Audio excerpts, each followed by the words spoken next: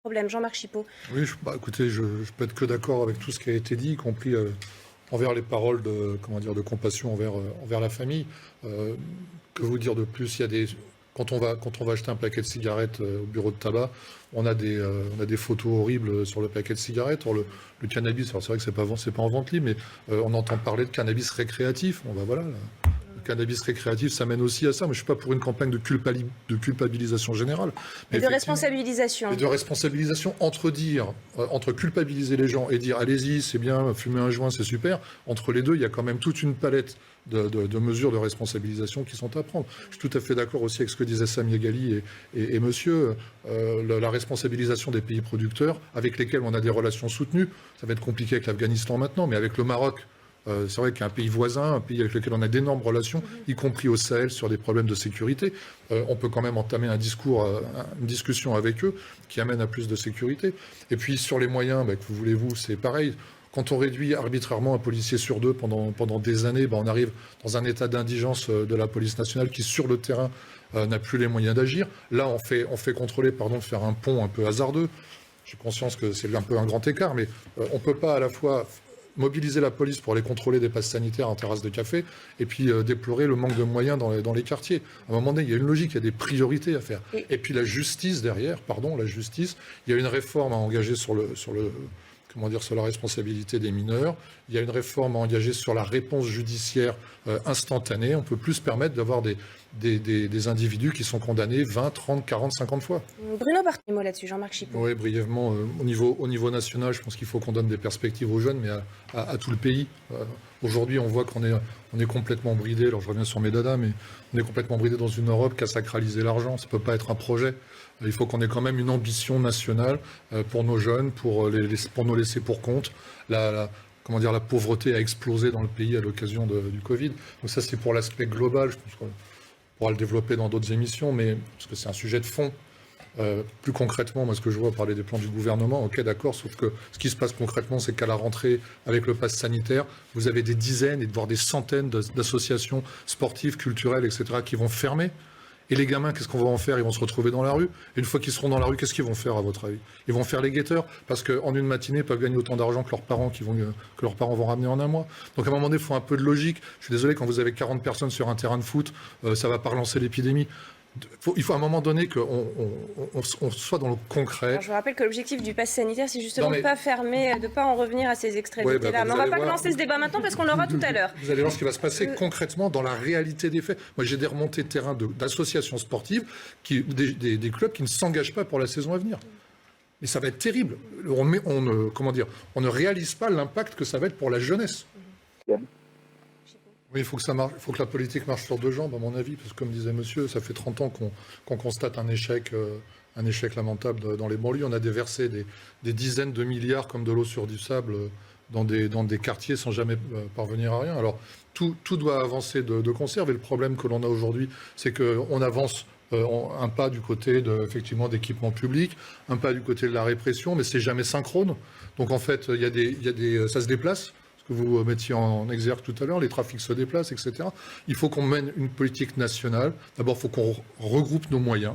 Il y a des tas de choses que l'État ne doit plus faire aujourd'hui et se recentrer sur ses fonctions régaliennes. Donc effectivement, aménagement du territoire, présence policière au quotidien dans les quartiers, réponse judiciaire adaptée. Il y a un gros problème de construction de prisons. On manque de 40 000 places de prison en France, ne serait-ce que pour arriver au niveau de l'Angleterre, ce qui permet en fait d'avoir une réponse instantanée à la première incartade. Moi, je suis d'une génération où le mot d'ordre, c'était « il est interdit d'interdire ».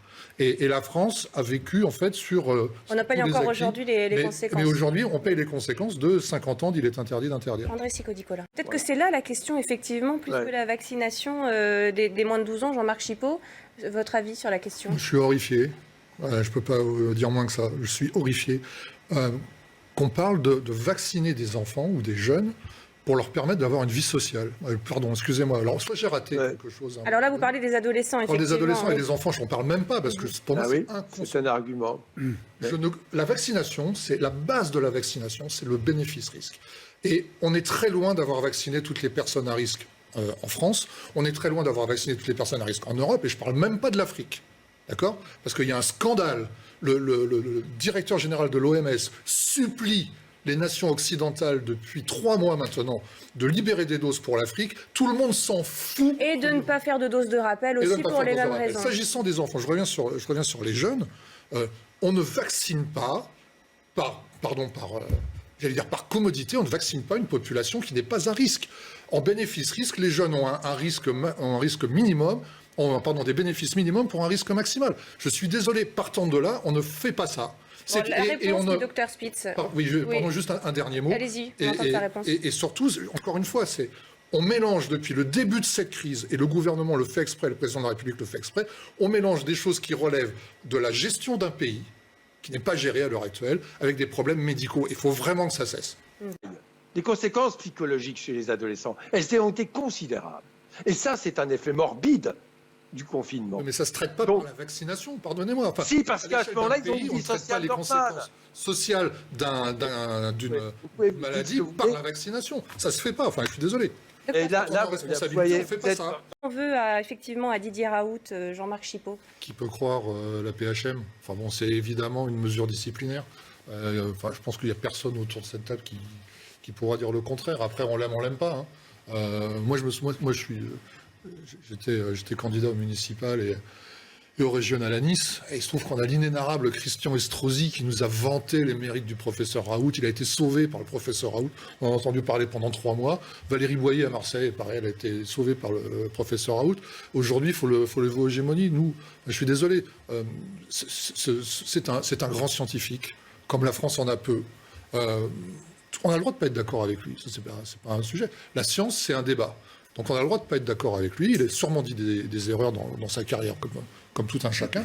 Mais de là, maintenant, à se débarrasser de lui, en faire le bouc émissaire de tous les problèmes, je pense que c'est un peu fort de café. Je voudrais juste relire la phrase que vous avez citée, était un peu édulcorée. C'est pas ce qui était cité par vos collègues de France Info. Il disait qu'il ne peut pas rester si il n'est ni médecin ni chercheur. Ce n'est plus compatible en tant que médecin fondateur de l'IHU. C'est la déclaration de la PHM. C'est complètement surréaliste. Ça vous semble tiré par les cheveux? C'est complètement surréaliste. C'est une phrase qui ne veut rien dire. Donc il y avait de l'embarras, c'est sûr, au sein de la PHM avec des déclarations. Et qu'ils disent on ne veut plus voir Raoult, on le vire. Mais qu'ils ne prennent pas des arguties comme ça. C'est scandaleux. Dernier mot, Jean-Marc Chipot puis James Chéron, mais rapidement, parce qu'on doit encore parler de l'Afghanistan. Pour mettre les deux d'accord, je pense qu'il y a une déclaration récente du directeur de la santé islandaise, je crois que ça s'appelle Dr Gunnarsson, qui pourra les mettre tous les deux d'accord, parce que lui, il parle de ce qu'il connaît. Sur le fond, il y avait sans doute une voie médiane à adopter par le gouvernement depuis 18 mois, de dire effectivement, on ne sait pas, on n'a pas de vérité immanente comme ça, on ne sait pas ce qui se passe, et de jouer carte sur table avec la population. Oui. Au lieu d'avoir des injonctions successives, contradictoires, en disant là on va s'en sortir, là on va s'en sortir, là on va s'en sortir. C'est toujours pour demain, on s'en sortira. Demain on va s'en sortir. Demain on va vacciner les enfants, on va s'en sortir. C'est toujours demain, c'est jamais aujourd'hui. Et si on pour une fois... En même temps, qu'est-ce que vous voulez faire d'autre avec une crise comme celle-ci qui évolue et qui perdure ? Avec humilité, avouer qu'on ne sait pas, qu'on va travailler avec les Français, qu'on va avancer pas à pas, qu'on va prendre des mesures dont on ne sait pas nécessairement si elles seront très efficaces, mais qu'on va avancer en leur faisant confiance au lieu de les punir à tout bout de champ. Bon, on ne trie pas. Réaction, Jean-Marc Chipot, la France fait sa part en ce moment. Dans quelle mesure cela sera-t-il suffisant? On ne le sait pas encore, car il y a des milliers de personnes qui attendent cette évacuation en urgence, ne serait-ce qu'à l'aéroport de Kaboul, pour ne parler que de cela, on l'a vu. Mais on ne trie pas, effectivement, réaction Déjà, on a patrié, on a 9000 demandeurs d'asile afghans sur notre sol qu'on ne connaît pas. On ne sait pas quelle est la composition de cette population. Donc déjà, on a potentiellement des problèmes, puisque on a vu par le passé que ça pouvait déboucher sur un certain nombre de soucis. Plus globalement, sur cette crise, encore une fois, il y a un manque d'anticipation qui est flagrant. L'administration Trump a signé les accords de Doha le 29 février 2020. Donc il y a 1 an et demi maintenant. Ils ont signé les accords directement avec les talibans, en excluant le gouvernement officiel afghan d'Ashraf Ghani. Donc ça voulait dire, grosso modo, le gouvernement officiel n'existe plus, nous négocions maintenant avec les talibans. Bon. Donc c'était évident que ce qui se passe aujourd'hui allait arriver. Ils ont dit dans la foulée en plus de ça. Alors on s'engage à faire ça très progressivement en coopération avec nos alliés. Ce qui voulait dire on va faire ça dans la catastrophe comme d'habitude, tout seul, sans en rendre compte à personne. Donc aujourd'hui, la catastrophe est là. Elle est tout sauf une surprise. pardon, il y avait un niveau de corruption absolument invraisemblable dans le pays. Il y a des milliards et des milliards et des milliards de dollars qui se sont déversés sur l'Afghanistan, qui ont été captés par une classe politique. Et les Afghans... Alors, au-delà de la situation sur place, si vous permettez, qu'on a déjà abordé longuement au cours des derniers jours, mais voilà, effectivement, aujourd'hui, sur cette polémique et sur cette réaction d'Europe Écologie Les Verts... Il faut prendre notre part du droit d'asile avec des personnes qui sont en danger immédiat, notamment toutes les personnes qui ont travaillé de près ou de loin avec l'armée française, les personnes qui sont dans les milieux, on va dire, culturels, artistiques, parce qu'on sait que ce sont eux qui vont être visés en premier. Mais pardon, la France peut pas, et l'Europe ne peut pas accueillir, parce que on a Schengen, donc à partir du moment où ils vont arriver en Allemagne, où ils vont arriver en Suède, ils vont arriver en France, parce qu'on a le système d'accueil le plus généreux. On ne peut pas encore accueillir tous les Afghans. C'est pourtant aujourd'hui ce que nous disent Europe Écologie Les Verts. Europe Écologie Les Verts est très fort pour accueillir des Afghans à Poitiers ou à Strasbourg, sauf qu'ils ne vont pas rester à Poitiers ou à Strasbourg, pardon.